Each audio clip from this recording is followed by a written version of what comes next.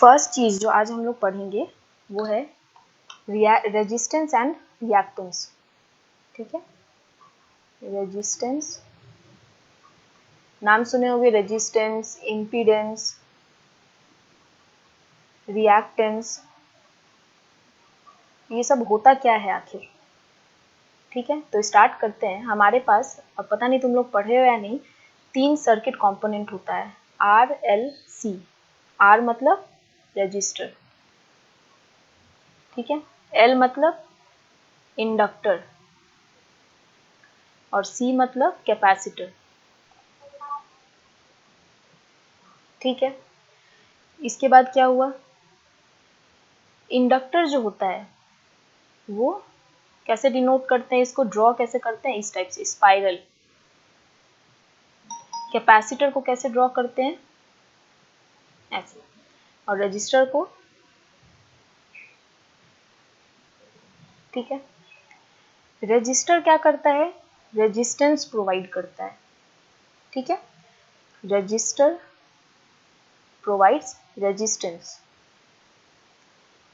ये क्या करेगा, हम अगर रेजिस्टेंस का वैल्यू बढ़ाएंगे तो जो मेरा करंट है वो कम होते जाएगा।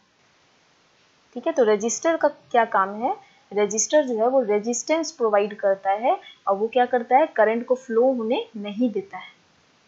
ठीक है, इंडक्टर जो है वो इंडक्टेंस प्रोवाइड करता है। ठीक है, उसी तरह कैपेसिटर जो है वो कैपेसिटेंस प्रोवाइड करता है। ठीक है, तो आर का, जैसे रजिस्टर में ये आर होता है, उसी तरह इंडक्टर क्या करता है, एक्स आई एक्स सी, मतलब इंडक्टिव रिएक्टेंस। रेजिस्टेंस मतलब क्या होता है, ये प्योर रेजिस्टेंस होगा, उसमें सिर्फ रजिस्टर होगा। लेकिन जब इंडक्टेंस और कैपेसिटेंस आ जाता है तो हम लोग उसको रिएक्टेंस बोलते हैं, ये रिएक्टेंस।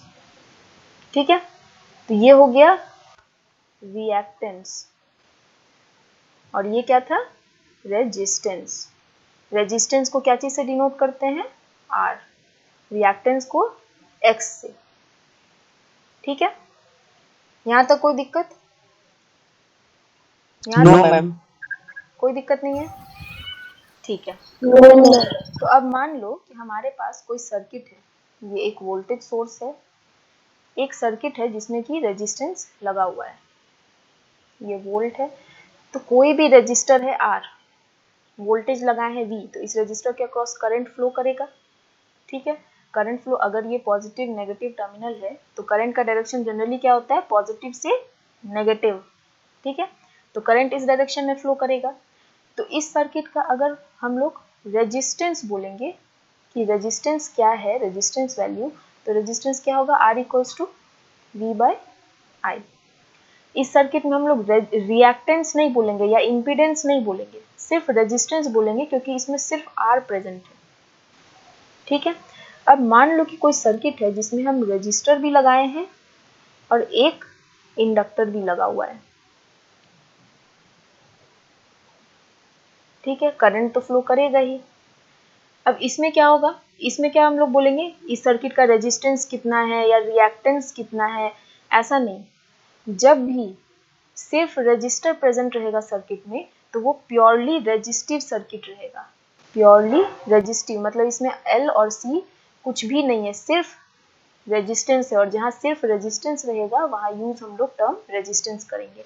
लेकिन जब सर्किट में आर के साथ एल या फिर सी, अगर कैपेसिटर भी जुड़ा हुआ है तो उसको क्या बोलेंगे, रिएक्टेंस। वहां पे रिएक्टेंस भी, अब इस सर्किट में क्या है, एक तो रेजिस्टेंस है, एक रिएक्टेंस टर्म भी आ गया। अभी हम लोग देखे थे एल को क्या कहते हैं, एक्स एल वाले को इंडक्टिव रिएक्टेंस, उसी तरह एक्स सी को कैपेसिटिव रिएक्टेंस। तो अब टर्म आता है इम्पीडेंस, जब हमारे पास दोनों चीज हो, रिएक्टेंस और रेजिस्टेंस। अभी हमारे पास क्या है, दोनों चीजें, ये है रेजिस्टेंस और ये क्या प्रोवाइड करेगा, रिएक्टेंस।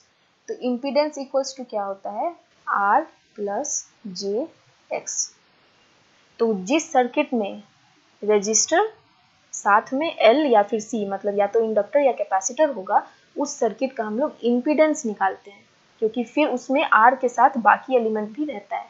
तो इम्पीडेंस क्या हो जाता है, R, जो कि रजिस्टर का वैल्यू है, प्लस J, तुम लोग मैथ्स में पढ़ोगे कॉम्प्लेक्स नंबर, ये इमेजिनरी टर्म, और साथ में X, मतलब रिएक्टेंस। अब ये XC होगा या XL होगा, वो क्या चीज़ पे डिपेंड करेगा। अगर यहाँ पे इंडक्टर लगा हुआ है तो हम यहाँ पे JXL लिखेंगे, अगर कैपेसिटर लगा होता तो R प्लस JXC लिखते। ठीक है, अब ये XL क्या होता है, ओमेगा L। ओमेगा का तो पता होगा ना, एंगुलर फ्रीक्वेंसी। ओमेगा क्या होता है, 2 पाई f। f क्या होता है, फ्रीक्वेंसी। ठीक है, और XC क्या होता है, 1 बाय ओमेगा C, जहाँ की ओमेगा वापस से वही हो गया 2 पाई f। L क्या होगा, इंडक्टेंस का वैल्यू होता है ना, 1 हेनरी 2 हेनरी, तो L डिनोट करेगा इंडक्टेंस का वैल्यू, C क्या करेगा, कैपेसिटेंस का वैल्यू। ठीक है, और R तो डायरेक्टली हम लोग रजिस्टर का जितना वैल्यू रहता है रेजिस्टेंस उतना ही हो जाता है डायरेक्टली। ठीक है, यहाँ तक कोई दिक्कत, यहाँ तक किसी को कोई दिक्कत है? No ma'am. तो अभी तक क्या बताए हैं, अगर सर्किट में सिर्फ एक रजिस्टर हो तो उस सर्किट का इम्पीडेंस जो होगा वो किसके इक्वल होगा, रेजिस्टेंस के ही इक्वल होगा, इसीलिए हम लोग सिर्फ उसको रेजिस्टेंस बोलेंगे कि इस सर्किट का रेजिस्टेंस कितना है। ठीक है, अगर कोई सर्किट में रजिस्टर के साथ या तो कैपेसिटर या इंडक्टर प्रेजेंट होगा तो उस सर्किट का हम लोग बोलेंगे कि इम्पीडेंस कितना है, क्योंकि टोटल जो रेजिस्टेंस होगा, इंडक्टर भी कुछ प्रोवाइड करेगा, रजिस्टर भी कुछ प्रोवाइड करेगा, तो वो टोटल जो होता है उसको कहते हैं इम्पीडेंस। और इम्पीडेंस का फॉर्मूला क्या होता है, R प्लस JX।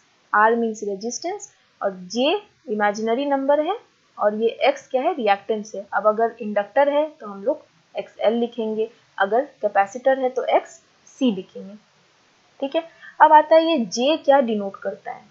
ये जो J है, वेक्टर में पढ़े होंगे कि अगर कोई वेक्टर है इस टाइप से, अगर ये X है, ये दूसरा वेक्टर है Y, तो इसका रिजल्टेंट वेक्टर कैसा होता है, ये होगा रिजल्टेंट वेक्टर।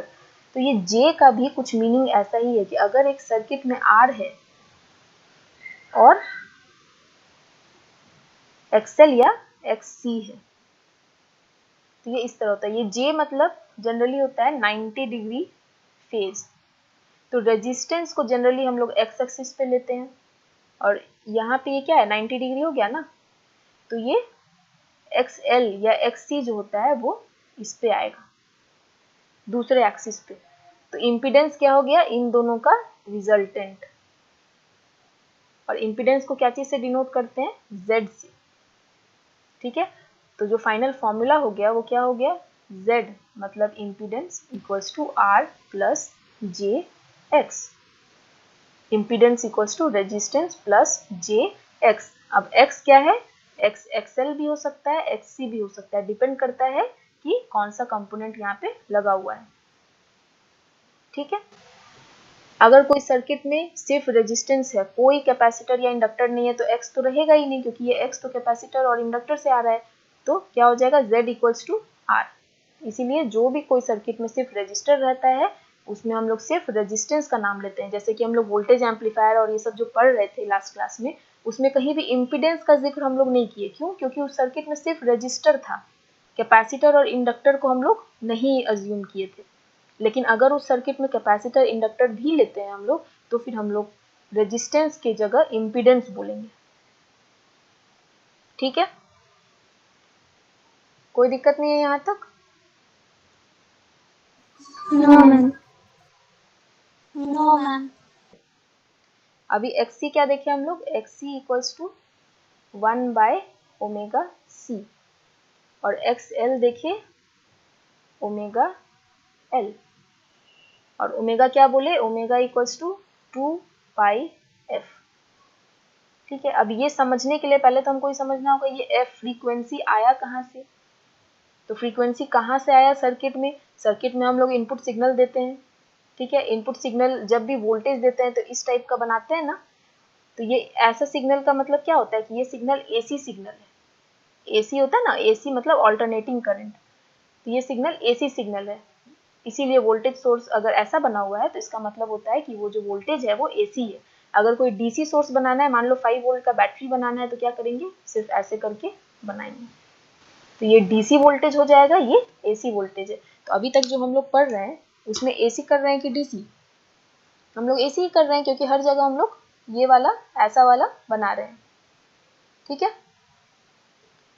तो अब क्या है, वोल्टेज सोर्स हम लोग समझ गए कि ये एसी होता है। कोई भी वेव एसी होगा, अल्टरनेटिंग होगा। तो अब इसको फ्रीक्वेंसी को समझने के लिए हम लोग पहले वेव को देखेंगे कि एक्चुअल में वेव क्या होता है। पीरियोडिक वेव और नॉन पीरियोडिक वेव। पहला होता है पीरियोडिक। ये सब तुम लोग पहले पढ़े हो, तो हम थोड़ा जल्दी ये सब को कंप्लीट कर देंगे। पढ़ा हुआ है ये सब पहले? No ma'am. ठीक है। वेव का टाइप क्या होता है? Periodic wave. पीरियोडिक वेव किसको कहते हैं कि ऐसा वेव जो कि एक पर्टिकुलर टाइम पीरियड के बाद अपने आप को रिपीट करे। जैसे मान लो ये एक्सिस है, तो पीरियोडिक वेव कैसा होगा, ये स्क्वायर वेव है। ठीक है, मान लो ये एक वेव है, इस टाइप का सिग्नल तुम्हारे पास आया।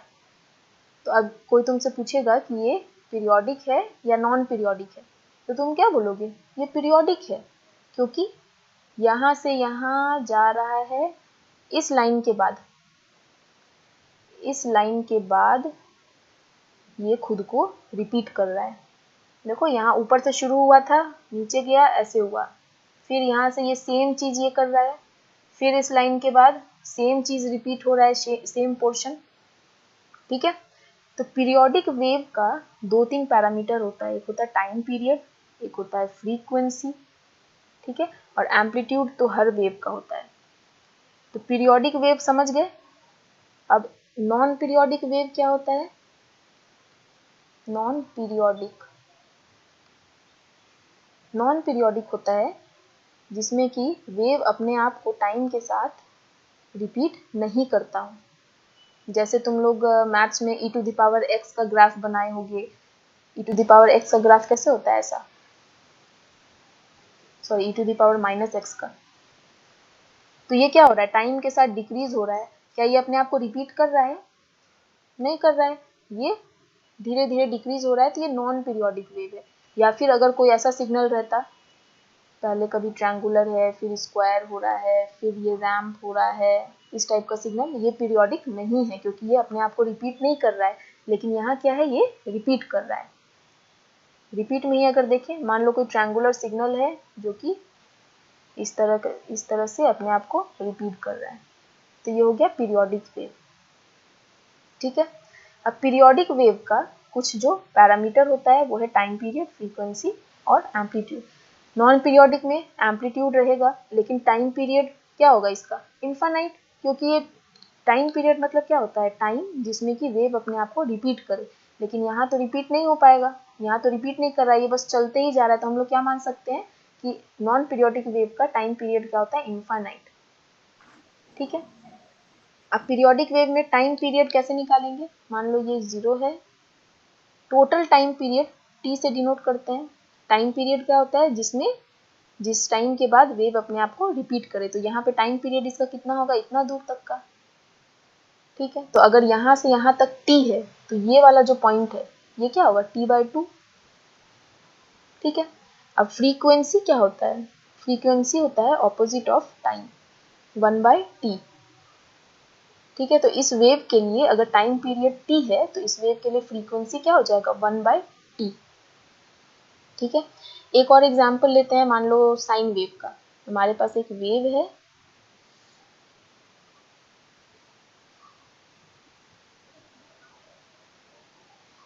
ठीक है, ये है 0, ये है 2, ये है 4, ये है 6, ये टाइम एक्सिस है और ये एम्पलीट्यूड एक्सिस है। ठीक है, अब इसमें कोई पूछेगा कि ये वेव पीरियोडिक है या नहीं है, क्या आंसर होगा? पीरियोडिक है मैम। पीरियोडिक है। ठीक है, वेव पीरियोडिक है। अब पूछा जाएगा इसका टाइम पीरियड क्या है? सर मैम 2 ये सेकंड में है। क्या है टाइम पीरियड? सेकंड। 2 सेकंड। 2 4 2 4, ठीक से सोच करके बताओ। टाइम पीरियड वो होता है कि उस पर्टिकुलर टाइम के बाद वेव अपने आप को रिपीट करता है। Ma'am 4 second. ठीक है, 4 सेकंड होगा। क्यों 2 नहीं होगा? देखो 2 मतलब कि अगर ये टाइम पीरियड होता तो 2 के बाद सिग्नल को रिपीट करना चाहिए। तो सिग्नल मेरा ये है, तो 2 के बाद वापस से सिग्नल क्या होना चाहिए था? ऐसा होना चाहिए था। लेकिन ऐसा तो नहीं है, मेरा 2 सेकंड के बाद क्या है? नीचे गया है सिग्नल, तो ये रिपीट नहीं कर रहा है। इसका मतलब 2 टाइम पीरियड नहीं है। सिग्नल अपने आप को रिपीट कहाँ से कर रहा है? सिग्नल स्टार्ट हुआ 0 से, मैक्सिमम जाता है, फिर नीचे तक जाता है, फिर यहाँ आता है। सेम बिहेवियर कहाँ से रिपीट हो रहा है? यहाँ से रिपीट हो रहा है। ये 0 से जा रहा है मैक्सिमम, फिर नीचे जा रहा है और यहाँ जा रहा है। ठीक है, तो इस वेव का टाइम पीरियड क्या होगा? 4 सेकेंड। तो अगर कोई भी तुमको बोले कि कोई वेव है जिसका कि टाइम पीरियड 4 है, इसका मतलब है कि हर 4 सेकेंड के बाद वो वेव अपने आप को रिपीट करेगा। ठीक है, अब बोला जाएगा फ्रीक्वेंसी क्या है इस सिग्नल का। तो फ्रीक्वेंसी क्या हो जाता है? 1/4। तो ये 1/4। फ्रीक्वेंसी का यूनिट क्या होता है? हर्ज। ठीक है, 1/सेकेंड इक्वल्स टू होता है हर्ज। तो फ्रीक्वेंसी को हमेशा हर्ज में डिनोट करते हैं। ठीक है, तो टाइम पीरियड फ्रीक्वेंसी समझ गए। एम्पलीट्यूड क्या होता है कि ये सिग्नल का ये वाला चीज जो होता है एम्पलीट्यूड होता है, मतलब कितना वोल्ट का है। ठीक है, तो अगर ये 5 वोल्ट का सिग्नल है, मतलब क्या होगा कि ये जो साइन वेव है टाइम के साथ ये इसका एम्पलीट्यूड बढ़ेगा। अगर हम ये 1 सेकंड पे देखें तो 1 सेकंड पे इस वेव का वैल्यू 5 वोल्ट है। 2 सेकंड पे देखें तो वेव 0 पे आ गया। 3 सेकंड पे इसका वैल्यू -5 हो गया। ठीक है, तो पीरियोडिक वेव का 3 पैरामीटर होता है: टाइम पीरियड, फ्रीक्वेंसी, एम्पलीट्यूड। यहाँ तक सबको समझ में आ गया? आ गया Yes, ना? ma'am. Yes, ma'am. अब एक चीज देखो कि F इक्वल्स टू 1/t है। ठीक है, अब अगर किसी वेव का टाइम पीरियड बढ़ेगा तो उसका फ्रीक्वेंसी क्या होगा? घट जाएगा। ये इनवर्सली प्रोपोर्शनल है। देखो F equals to 1/t। Directly proportional और इनवर्सली प्रोपोर्शनल क्या होता है ये पता है तुम लोगों को? क्या मतलब होता है डायरेक्टली और inversely? Yes, ma'am. Direct proportional मतलब अगर कोई चीज x direct proportional to y है, मतलब ये भी न्यूमरेटर में है, ये भी न्यूमरेटर में है। इसका मतलब क्या होगा कि अगर x बढ़ेगा तो y भी बढ़ेगा, या फिर अगर x घटेगा तो y भी घटेगा। और x inversely proportional to y मतलब कि एक साइड x अगर न्यूमरेटर में है तो y डिनोमिनेटर में है। अगर ये ऐसा है, इसको इनवर्सली प्रोपोर्शनल कहते हैं। इनवर्सली, इसको कहते हैं डायरेक्टली। ठीक है, तो इनवर्सली के केस में क्या होगा? अगर x बढ़ रहा है तो y घट जाएगा, या फिर अगर x घट रहा है तो y बढ़ जाएगा। ठीक है, ये होता है डायरेक्टली और इनवर्सली प्रोपोर्शनल का मतलब। तो अभी हमारे पास क्या है कि टाइम इक्वल्स टू 1/f। तो ये एक तरह से क्या हुआ? इनवर्सली प्रोपोर्शनल हुआ। मतलब अगर किसी वेव का टाइम पीरियड हम बढ़ाएंगे तो फ्रीक्वेंसी कम हो जाएगा। तो जिस तरह से टाइम पीरियड का मतलब होता है कि एक पर्टिकुलर टाइम जिसके बाद वेव अपने आप को रिपीट करे, तो फ्रीक्वेंसी का मतलब क्या होता है? फ्रीक्वेंसी का क्या फिजिकल मीनिंग क्या हुआ फ्रीक्वेंसी का? किसी वेव का फ्रीक्वेंसी 10 हर्ज है। मान लो हम बोले कि किसी भी वेव का फ्रीक्वेंसी 10 हर्ज है, तो इसका मतलब क्या होता है? एक टाइम में 10 साइकिल वो घूम रहा है। हाँ, इसका मतलब हुआ कि वो जो वेव है वो एक सेकंड में 10 साइकिल ले रहा है। 10 साइकिल मतलब वो 10 बार रिपीट हो रहा है एक सेकंड में। ठीक है, जैसे अभी जो हम बताए थे अभी, अगर ये साइन वेव है, ये जो साइन वेव था टाइम पीरियड यहाँ तक होगा। ठीक है, तो ये एक साइकिल हुआ वेव का। तो अगर ये टाइम 4 सेकंड है मान लो, तो इसका मतलब क्या हुआ कि 4 सेकंड लगता है वेव को एक साइकिल कंप्लीट करने में। ठीक है, अब इसका फ्रीक्वेंसी अगर निकालेंगे तो होगा 1/4, मतलब 0.25 हर्ज। इसका मतलब क्या हुआ कि एक सेकंड में वेव जो है वो 0.25 बार अपना साइकिल कंप्लीट करेगा, मतलब 1/4 साइकिल ही कंप्लीट करेगा वेव। इसका फिजिकल मीनिंग समझो वेव का। टाइम पीरियड 4 सेकेंड मतलब कि एक वेव को ये एक साइकिल कंप्लीट करने में 4 सेकेंड लगेगा। तो अगर ये 4 है, ये वाला पॉइंट 2 है, ये वाला जो पॉइंट है वो 1 है। ठीक है,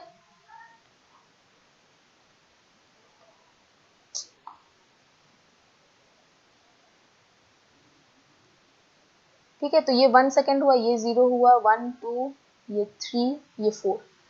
तो टाइम पीरियड 4 सेकेंड मतलब कि वेव अपना एक साइकिल कंप्लीट करता है 4 सेकेंड में। 4 सेकेंड लग जाता है वेव को पूरा एक साइकिल कंप्लीट करने में। तो इस वेव का फ्रीक्वेंसी निकालेंगे तो वो हो जाएगा 1/4 हर्ट्ज। 1/4 हर्ट्ज मतलब कि 1/4 साइकिल एक सेकेंड में कंप्लीट होता है। तो देखो, एक सेकेंड मतलब यहाँ तक में क्या है, ये 1/4 है ना, ये पूरा वेव है, इस वेव का आधा हो जाएगा इतना, 1/4 हो जाएगा यहाँ तक, ये वाला पोर्शन। तो 1 सेकेंड में सिर्फ ये पोर्शन। ठीक है, इसमें कोई दिक्कत फ्रीक्वेंसी वाले में कि फ्रीक्वेंसी कैसे ये है, दिक्कत है? No ma'am. नहीं। तो बोला गया कि F इक्वल्स टू 10 हर्ज मतलब कि ये जो वेव है वो एक सेकेंड में 10 साइकिल कंप्लीट करता है। इसका टाइम पीरियड क्या हो जाएगा, 1/10 मतलब 0.1 सेकेंड। तो अगर इस वेव को मान लो एक साइन वेव है जिसका कि ये कैरेक्टरिस्टिक है, टाइम पीरियड अगर ये है t 0.1 सेकेंड, सॉरी ये है 1 सेकेंड, 1 सेकेंड, ये वाला पॉइंट टाइम पीरियड नहीं है ये। ठीक है, तो 1 सेकेंड में वेव को कितना साइकिल कंप्लीट करना है, 10 साइकिल। एक साइकिल, 2 साइकिल, 3 साइकिल, 4 साइकिल, 5 6 7 8 9 10। यहाँ पे ये पतला हो गया है, ये सारा इक्वल विड्थ का रहेगा। ठीक है, तो अगर किसी वेव का फ्रीक्वेंसी 10 है, इसका मतलब वो वेव जैसा भी है, ऐसा कोई जरूरी नहीं है कि साइन वेव ही है, जैसा भी है वो अपना साइकिल 10 बार रिपीट करेगा वो अपने आप को एक सेकेंड में। ठीक है, हालांकि टाइम पीरियड कैसे निकालते हैं, टाइम पीरियड बस निकालेंगे कि जिस टाइम के बाद वो अपने आप को रिपीट किया, तो टाइम पीरियड क्या हो जाएगा, बस इतना दूर रहेगा। ठीक है, टाइम और फ्रीक्वेंसी सबका कॉन्सेप्ट क्लियर हो गया।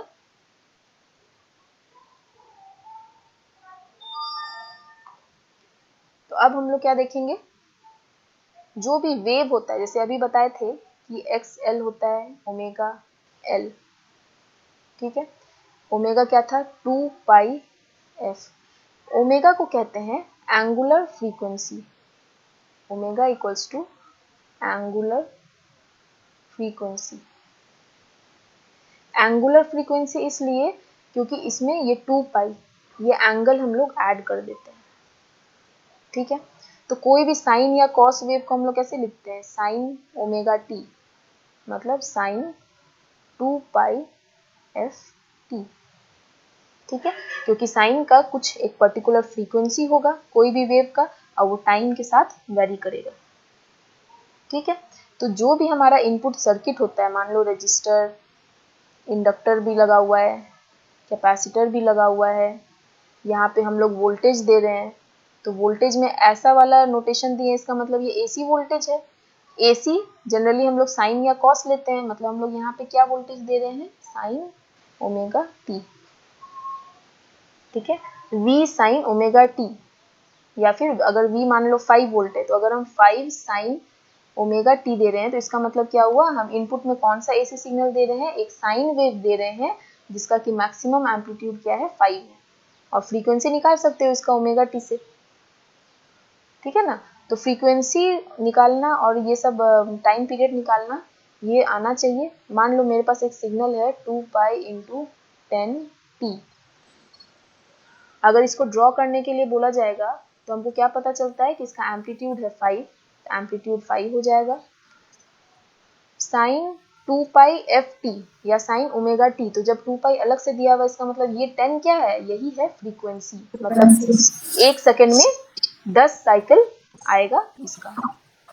ठीक है, लेकिन अगर तो टाइम पीरियड क्या हो जाएगा, 1/10। अगर ये ऐसे लिखा रहता 5 साइन 10t, ये 2 पाई यहाँ पे था, यहाँ नहीं रहता तब, तो हम लोग क्या ये करेंगे, ये अब f नहीं है, ये ओमेगा है। ठीक है, जो जनरलाइज्ड एक्सप्रेशन होता है साइन वेव का वो होता है साइन ओमेगा टी। ओमेगा की जगह 2 पाई एफ टी लगा देंगे। तो अगर तुम्हारे कोई भी सिग्नल में ये 2 पाई अलग से है तो तुम सोच सकते हो कि हाँ ये एफ है मेरा, 10 हर्ट्ज इसका फ्रीक्वेंसी है। लेकिन अगर 2 पाई अलग से नहीं है तो इसका मतलब ये जो 10 है टी के साथ जो कुछ भी है वो ओमेगा है। ठीक है, तो अभी क्या हो जाएगा तुम्हारा कि 2 पाई एफ इक्वल्स टू 10 है, तो फ्रीक्वेंसी क्या हो जाएगा 10 बाई 2 पाई, इतना हर्ट्ज। सिमिलरली टाइम पीरियड क्या हो जाएगा 2 पाई बाय 10 सेकेंड्स। ठीक है, तो सर्किट में क्या होता है कि इसका जो रिएक्टेंस होता है, मान लो इसका रिएक्टेंस क्या हो जाएगा ओमेगा एल, कैपेसिटर का क्या हो जाएगा 1 बाय ओमेगा सी। तो सब में ये फ्रीक्वेंसी कंपोनेंट है, तो मतलब क्या होगा कि अगर हम इनपुट सिग्नल का फ्रीक्वेंसी बदल रहे हैं तो इसका जो रिएक्टेंस है एक्सएल और एक्ससी, अपना माइक म्यूट करो, किसका ऑन है, एक्सएल और एक्ससी जो है वो क्या होगा, वो भी बदल जाएगा। तो मतलब फ्रीक्वेंसी के साथ मेरे सर्किट का इम्पीडेंस चेंज होगा ना। इम्पीडेंस क्या था R प्लस जे एक्स, और x क्या होता है, मान लो कि अगर हम XL लेते हैं तो ये क्या हो जाएगा R प्लस जे ओमेगा एल।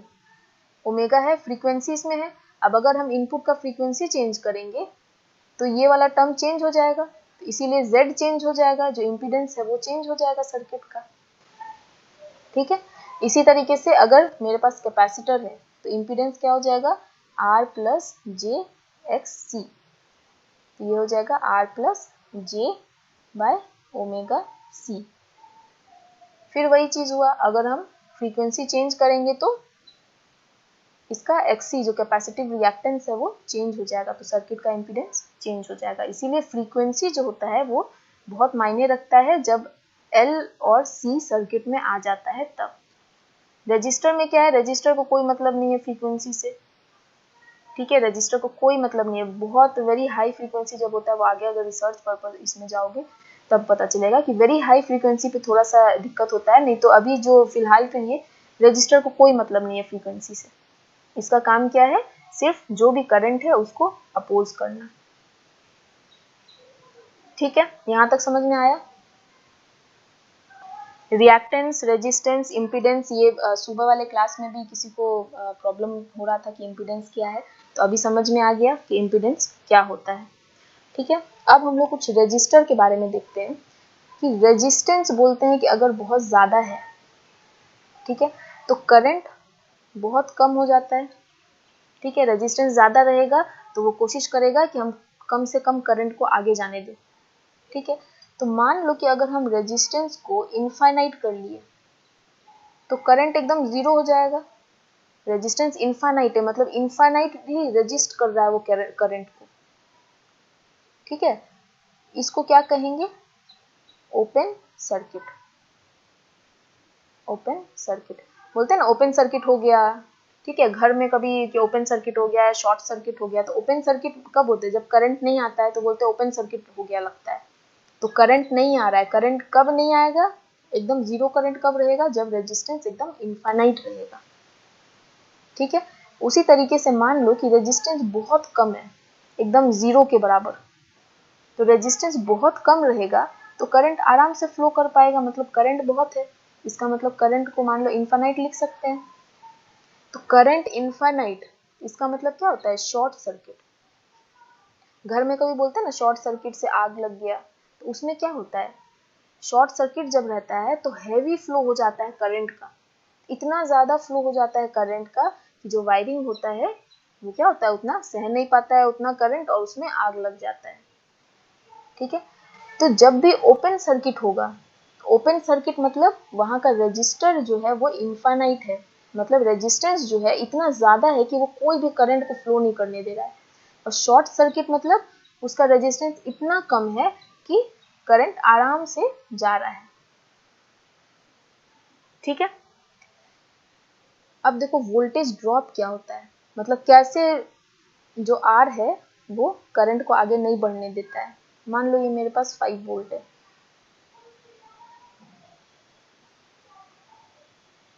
जब भी ये 5 वोल्ट है, ये इधर से जा रहा है, अपना करंट इधर से जाएगा, रजिस्टर क्या करेगा, बोलेगा नहीं हम तो नहीं जाने देंगे। मान लो यहाँ पे 5 एम्पियर का करंट जा रहा है, तो रजिस्टर क्या बोलेगा, या अच्छे से ही ये करो, चलो वैल्यू से ही करो।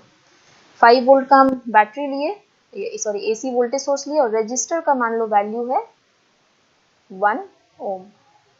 ठीक है, तो करंट क्या होगा इस सर्किट में, वोल्टेज सोर्स है तो करंट कुछ होगा, करंट क्या हो जाएगा, V बाय आर।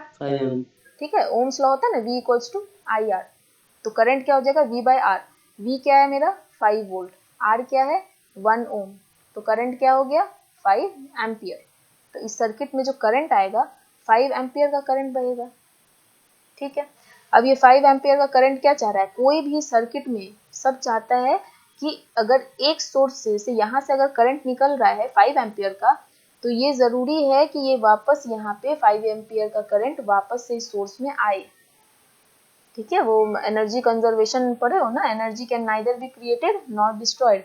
तो अगर ये सोर्स 5 एम्पियर का करंट अगर प्रोड्यूस कर रहा है, तो इधर से ये घूम फिर करके वापस से 5 एम्पियर को इधर आना है।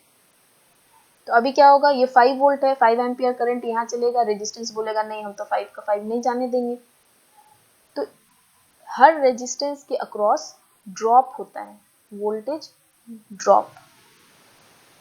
ठीक है, तो ये जो 5 वोल्ट है, ये यहाँ पे जा करके इसके वैल्यू के अकॉर्डिंग मान लो 0.5 वोल्ट ड्रॉप हुआ, तो वोल्टेज आगे हमको क्या मिल जाएगा 4.5 वोल्ट। तो जो हमारा एम्पलीफायर है ना, बोलो। मैम रेजिस्टेंस का काम होता है कि करंट को अपोज करना, तो यहाँ पोटेंशियल डिफरेंस को अपोज क्यों कर रहा है?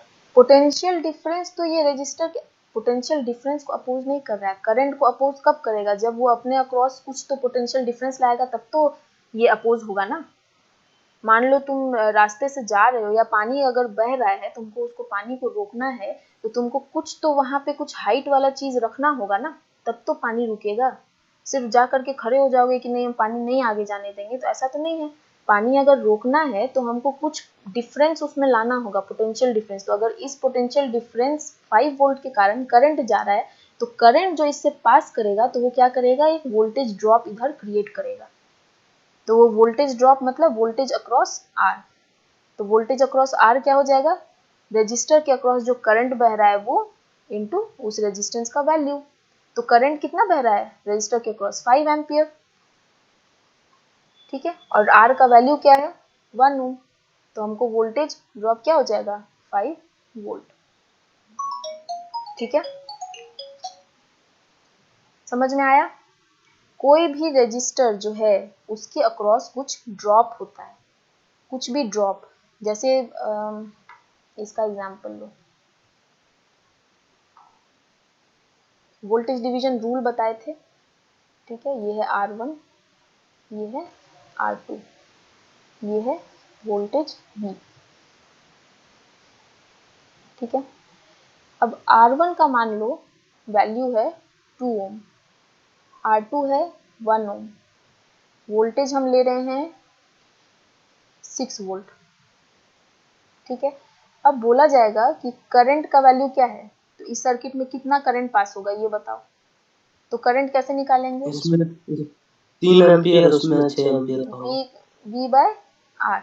तो जब रेजिस्टेंस सीरीज में रहता है किसी भी सर्किट में, अगर करंट निकालना है तो उसका total voltage by total resistance लेते हैं। तो यहाँ पे टोटल रेजिस्टेंस क्या हो जाएगा, रेजिस्टेंस सीरीज में है। यहाँ पे सीरीज में रेजिस्टेंस कब होता है, मान लो कि ये एक रेजिस्टेंस है ऐसे, इसका एक एंड है A, एक है B, दूसरा रेजिस्टर है ये, इसका है C और ये D।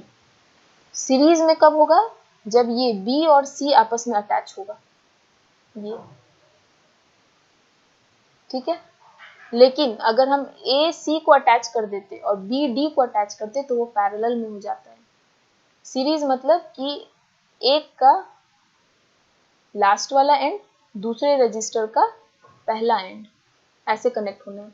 लेकिन पैरेलल में क्या होता है, रजिस्टर जो है, दो रजिस्टर है, तो हम लोग इसका भी पहला एंड इसका पहला एंड को आपस में कनेक्ट करेंगे, इसके एंड वाले पॉइंट को आपस में कनेक्ट करेंगे। तो ये होता है पैरेलल कनेक्शन, ये होता है सीरीज कनेक्शन। ठीक है, तो यहाँ पे क्या है, सीरीज कनेक्शन है, क्योंकि ये R1 का एक टर्मिनल, ये R2 का इधर टर्मिनल, तो क्या R1 और R2 का दोनों का पहला टर्मिनल आपस से जुड़ा हुआ है? नहीं, एक का लास्ट वाला टर्मिनल और दूसरे का पहला टर्मिनल आपस में जुड़ा हुआ है, तो ये सीरीज में है। तो सीरीज में रेजिस्टेंस क्या होता है, ऐड होता है, तो जो टोटल रेजिस्टेंस होगा वो क्या हो जाएगा, R1 प्लस R2, मतलब 2 + 1 3 ओम। ठीक है, तो अभी करंट क्या हो जाएगा, टोटल वोल्टेज है मेरे पास 6 वोल्ट, टोटल रेजिस्टेंस जो इक्विवेलेंट रेजिस्टेंस जिसको बोलते हैं वो क्या हो गया 3 ओम, तो करंट क्या आ गया 2 एम्पियर, मतलब यहाँ जो करंट जा रहा है वो 2 एम्पियर करंट जाएगा। तो R1 के अक्रॉस भी 2 एम्पियर जाएगा और R2 के अक्रॉस भी 2 एम्पियर जाएगा। ठीक है, ऐसा नहीं है कि R1 के अक्रॉस कुछ अलग जाएगा, करंट सेम रहेगा, लेकिन ये करंट क्या प्रोड्यूस करेगा R1 और R2 में, ड्रॉप, पोटेंशियल डिफरेंस जिसको बोलते हो या पोटेंशियल ड्रॉप बोलते हो।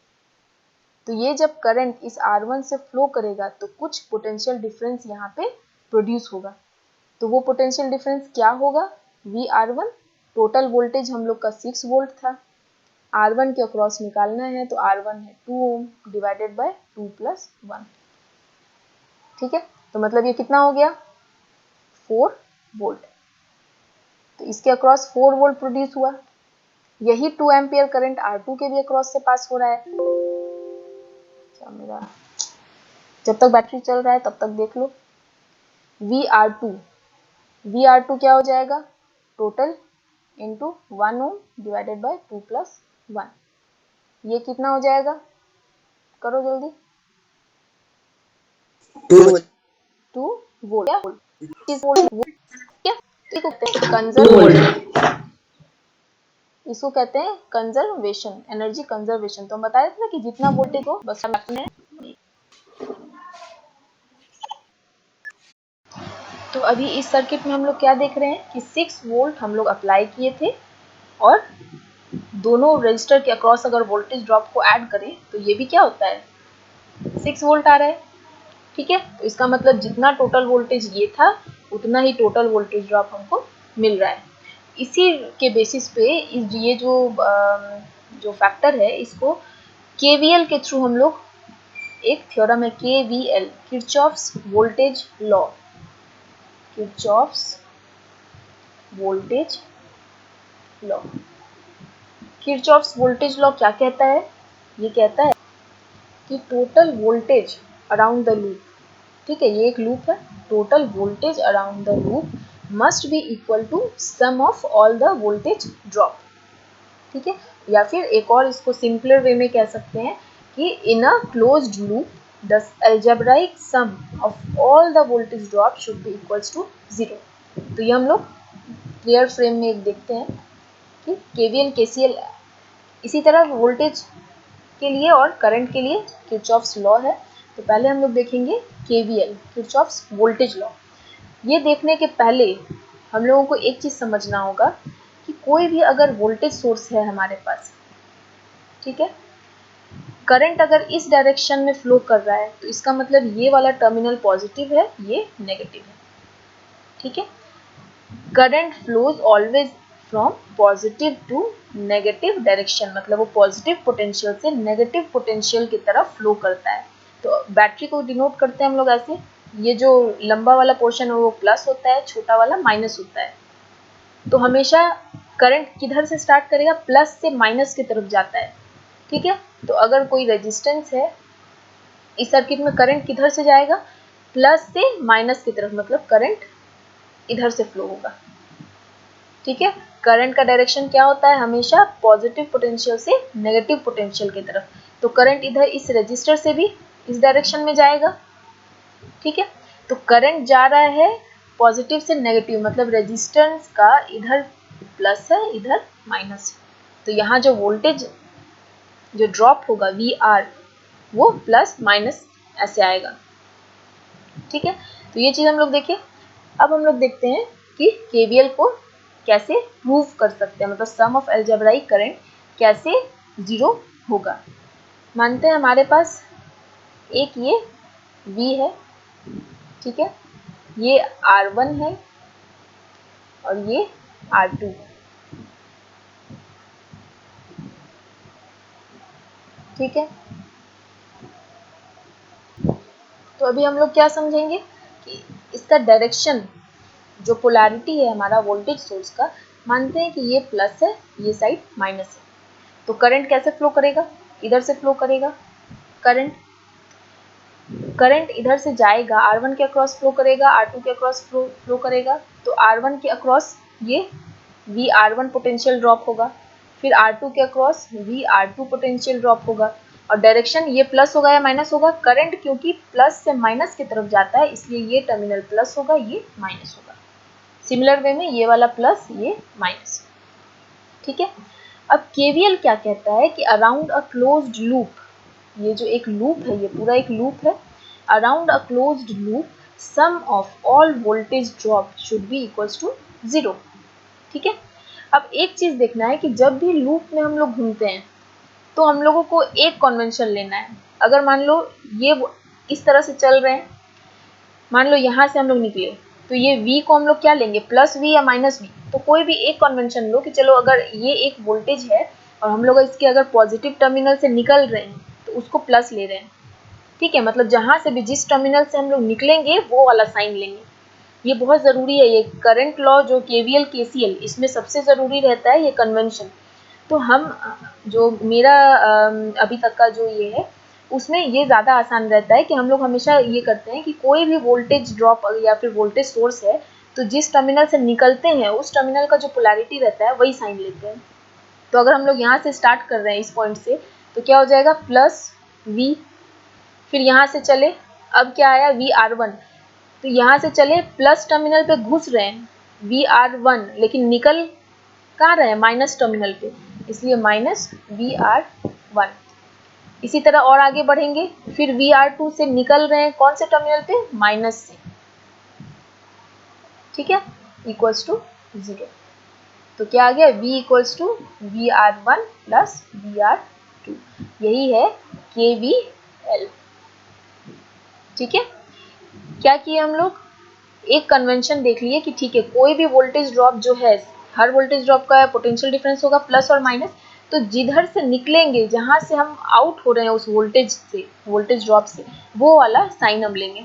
तो यहाँ से अगर हम चल रहे हैं, ये लूप देखो ऐसे है, तो इसका मतलब यहाँ से हम आ रहे हैं, इस V से हम यहाँ से निकले, इस ये टर्मिनल क्या है, प्लस है, फिर इधर आए VR1 से हम यहाँ से निकल रहे हैं, VR1 से, VR1 के कौन से टर्मिनल से निकल रहे हैं, नेगेटिव से, इसलिए माइनस V, और फिर इसी तरह यहाँ पे भी माइनस से निकल के और यहाँ आ रहे हैं, इसीलिए माइनस VR2।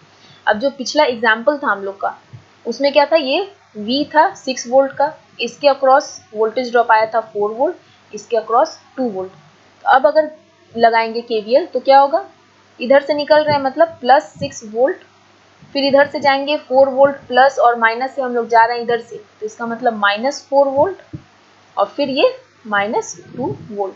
देखो सम 0 है, plus 6 minus 4 minus 2 equals to 0 होगा, तो इसका मतलब है KVL is verified.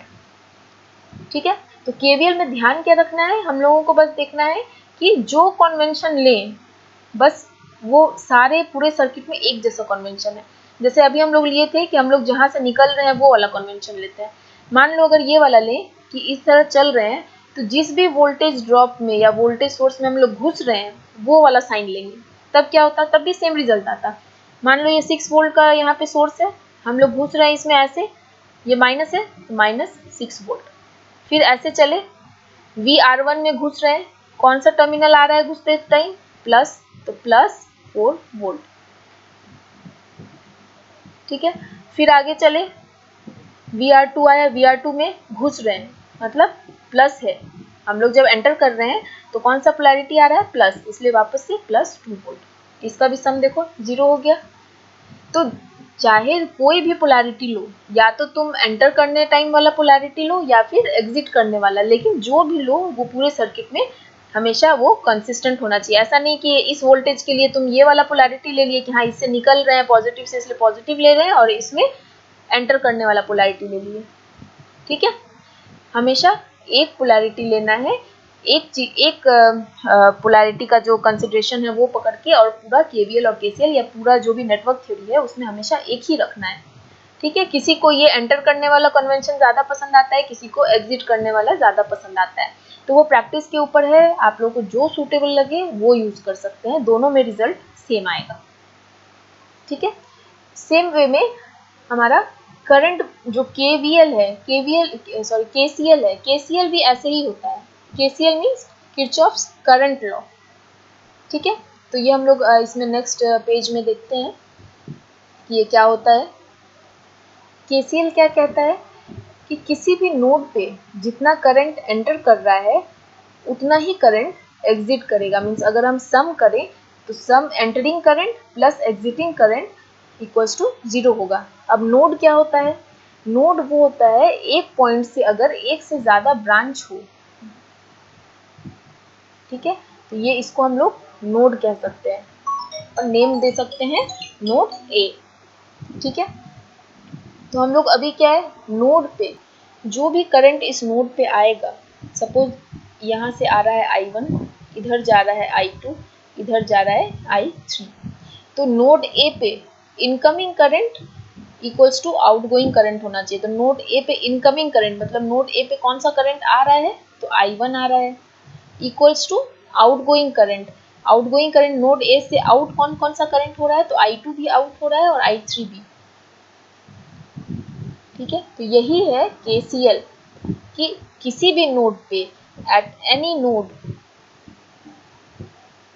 Incoming current equals to outgoing current. ठीक है, इसी को दूसरे तरीके से देखेंगे तो sum of all current will be 0, मतलब अगर सबको इधर साइड ले आएंगे तो I1 minus I2 minus I3 equals to 0। ठीक है, केसीएल के लिए कन्वेंशन हम लोग क्या लेते हैं, जैसे वोल्टेज के लिए डायरेक्शन ले रहे थे, केसीएल के लिए क्या कन्वेंशन लेते हैं, हम लोगों को ये देखना होता है कि या तो इनकमिंग करंट को पॉजिटिव मानो या फिर आउटगोइंग करंट को पॉजिटिव मानो। ठीक है, जैसे वोल्टेज के केस में हम लोग क्या कर रहे थे, अगर ये कोई वोल्टेज है प्लस माइनस, या तो वोल्टेज से निकलते टाइम का पोलैरिटी लेते थे या फिर वोल्टेज सोर्स में घुसते टाइम का पोलैरिटी लेते थे। ठीक है, लेकिन करंट वाले में क्या होगा, अगर कोई नोड है तो नोड में कुछ करंट एंटर भी करेगा, कुछ करंट ऐसे कुछ आउट भी होगा।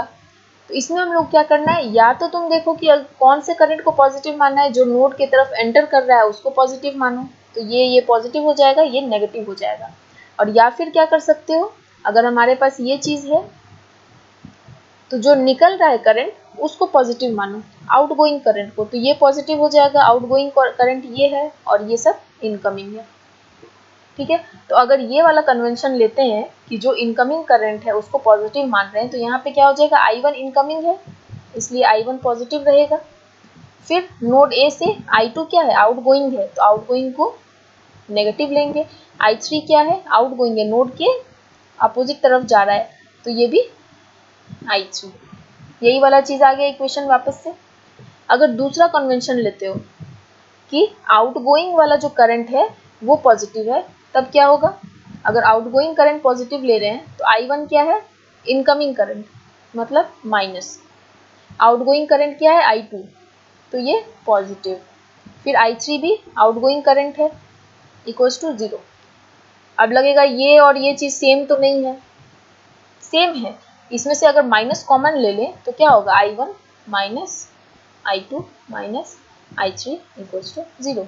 सिर्फ एक माइनस कॉमन लेने का चीज़ है, तो ये सेम आ गया। तो इसीलिए ये डिपेंड करता है केवीएल केसीएल में कि कौन सा कन्वेंशन लेना है। वोल्टेज में कन्वेंशन लेना रहता है कि अगर हम लोग एक लूप में चल रहे हैं तो कोई भी वोल्टेज सोर्स है तो उसमें कौन सा पोलैरिटी लेना है, एंटर करने वक्त का या फिर एग्जिट करने वक्त का।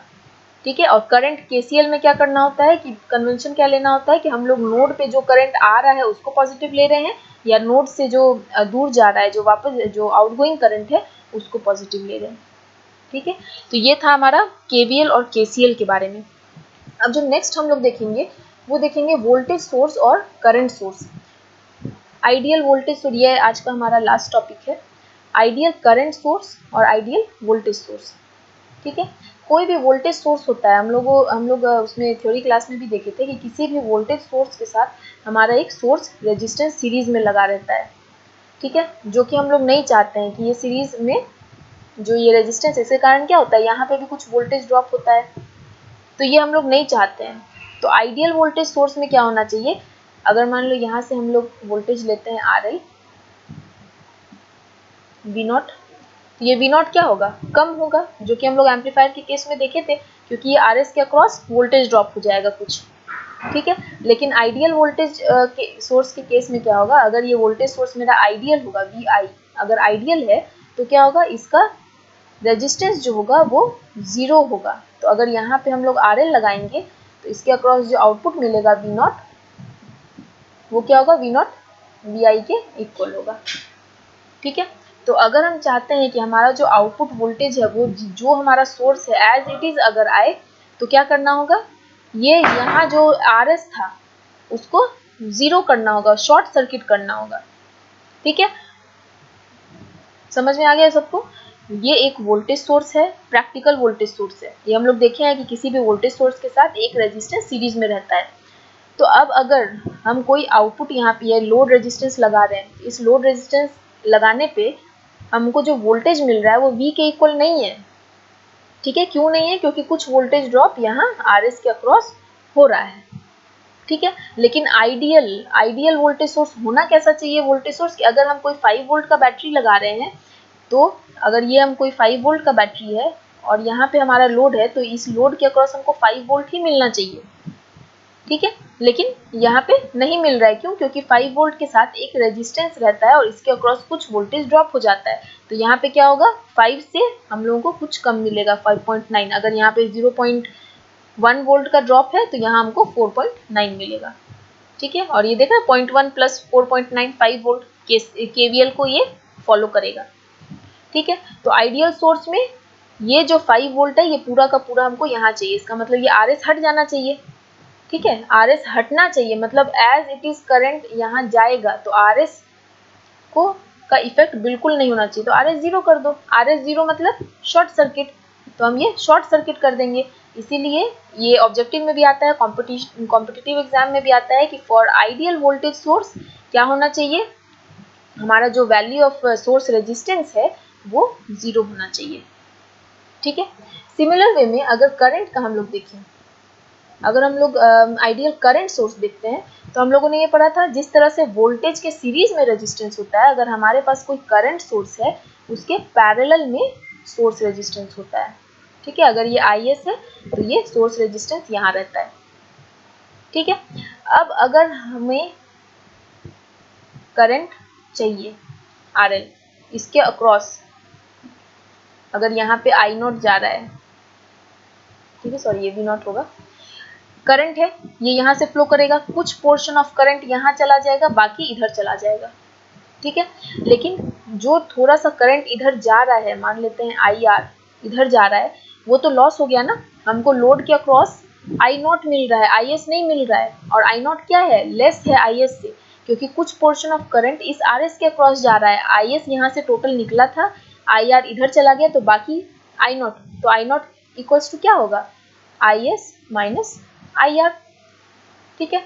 तो ये प्रैक्टिकल करंट सोर्स है, लेकिन हमको ऐसा नहीं चाहिए। आइडियल करंट सोर्स, जो आइडियल करंट सोर्स है उसमें क्या होना चाहिए, जो भी यहाँ पे करंट है वो एज इट इज पूरा का पूरा हमको लोड के अक्रॉस मिलना चाहिए। तो उसके लिए क्या करना होगा, हमको ये RS हटाना होगा, ठीक है। ये RS नहीं रहेगा, अगर ये पोर्शन अगर नहीं रहेगा तो क्या होगा, पूरा का पूरा करंट सीधे RL के अक्रॉस जाएगा। तो ये RS हटाने के लिए क्या करना होगा, अगर RS जैसे वोल्टेज में क्या किए थे, RS को 0 किए थे, अगर हम यहाँ पे RS को 0 कर देंगे तब क्या होगा, मेरा ये करंट सोर्स है, RS 0 मतलब शॉर्ट सर्किट, तो एक शॉर्ट सर्किट हम यहाँ पे लगा देंगे और ये हो जाएगा RL। ऐसा करने से क्या RL के पास पूरा करंट मिलेगा हम लोग को IS। अगर हम ये शॉर्ट सर्किट कर देते हैं तो RL के अक्रॉस करंट जाएगा ही नहीं, ये पूरा का पूरा IS करंट इस शॉर्ट सर्किट से ही पास करेगा। क्यों, क्योंकि करंट हमेशा उस रास्ते से जाएगा जहाँ पे उसको रेजिस्टेंस कम ऑफर हो। तो इस रास्ते में क्या है, R0 है, मतलब शॉर्ट सर्किट है, तो शॉर्ट सर्किट पाथ इसको मिल गया करंट को, तो करंट सीधे जाएगा और सारा का सारा करंट इधर से फ्लो हो जाएगा, ये RL लगाने का कोई मतलब ही नहीं रहेगा, ठीक है। अगर यहाँ पे थोड़ा सा भी रेजिस्टेंस रहता, कम वैल्यू ऑफ रेजिस्टेंस रहता, तो यहाँ पे कम वैल्यू, ज़्यादा ये करंट जाता, ठीक है। तो शॉर्ट सर्किट पाथ मिल गया तो IS पूरा का पूरा IS इसके अक्रॉस चल गया, हमको लोड के अक्रॉस करंट मिला ही नहीं। तो ये तो नहीं होना चाहिए आइडियल में। आइडियल में हमको क्या होना चाहिए, पूरा का पूरा IS इधर RL के अक्रॉस मिलना चाहिए। तो ये हटाना है, ये वाला ब्रांच हटाना है, मतलब ये यहाँ से यहाँ ओपन सर्किट होना चाहिए, ये वाला जो चीज़ है। तो अगर RS को हम इन्फानाइट ले लें, मतलब इनफाइनाइट रेजिस्टेंस, तो इनफाइनाइट रेजिस्टेंस रहेगा तो क्या होगा, ये करंट है यहाँ पे IS, RS इनफाइनाइट है, ठीक है। तो इनफाइनाइट रेजिस्टेंस क्या करेगा, थोड़ा सा भी करंट को अपने पास नहीं आने देगा। मान लेते हैं यहाँ पे R लगा हुआ है, RS है, इनफाइनाइट है ये। तो इनफाइनाइट रेजिस्टेंस के केस में जो भी करंट फ्लो होगा वो सारा का सारा RL के अक्रॉस होगा, क्योंकि इनफाइनाइट रेजिस्टेंस क्या करेगा, करंट को पास होने ही नहीं देगा, जीरो करंट इधर आएगा। तो अब हम लोग को क्या मिला, पूरा का पूरा IS जो है RL के अक्रॉस मिल गया। तो इससे क्या पता चला कि आइडियल करंट सोर्स के लिए जो सोर्स रेजिस्टेंस होना चाहिए वो इनफाइनाइट होना चाहिए, ठीक है। तो दो चीज हुआ, voltage source, ideal voltage source के लिए R जो है वो 0 होना चाहिए, आइडियल करंट सोर्स के लिए R इनफाइनाइट होना चाहिए, ठीक है। तो आज के लिए इतना ही, ये बेसिक कॉन्सेप्ट है, आप लोग इसको देखिए, रिवीजन करिए, और ये बहुत ही ज़रूरी है एक इलेक्ट्रॉनिक्स ब्रांच के स्टूडेंट के लिए कि ये सब बेसिक कॉन्सेप्ट जाने, ठीक है। तो फिर से हम लोग नेक्स्ट क्लास में मिलेंगे और कुछ और डिस्कस करेंगे बेसिक चीज़ जो कि हमारे एनालॉग इलेक्ट्रॉनिक्स के सब्जेक्ट में इंक्लूडेड नहीं है, पर ये जानना बहुत ज़रूरी है, ठीक है। Okay, thank you all.